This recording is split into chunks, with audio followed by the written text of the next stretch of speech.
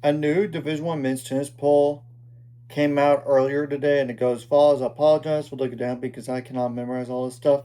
Ohio State, Texas, Wake Forest, Virginia, TCU, Mississippi State, LSU, Arizona, Baylor, Texas A&M, Oklahoma, Georgia, South Carolina, Illinois, UCF, San Diego, Notre Dame, Auburn, Vanderbilt, Michigan State, Florida, UCLA, NC State, Ole Miss, and Stanford. And by the way, if you have a below 500 record and you don't win your conference tournament, even if you're projected to be in the tournament, based on ranking wise, you're not going to get in because of the 500 rule. So I'm just making that point right now. And these are computer rankings, by the way. Might as well go over the next 15, which would be like USC, Kentucky, Pepperdine, Arizona State, Cornell, SMU, UC Santa Barbara, Princeton. Clemson's technically at in, but they're 10 and 11. But when you look at the rest of the schedule, they should be above 500. Should be. There's Arkansas, Wisconsin, Columbia, Oklahoma State, Yale, and Penn. The next two would be like Santa Clara and Miami, Florida. And maybe once it gets closer to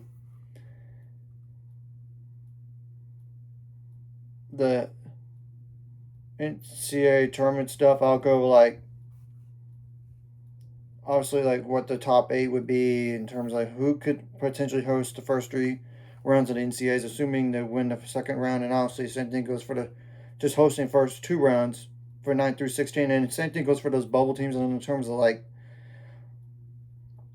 the last four in the next. For last four buys to the first four out, the next four out. So y'all get the point there. And this is not like based on at larges at that. I would at the time I would.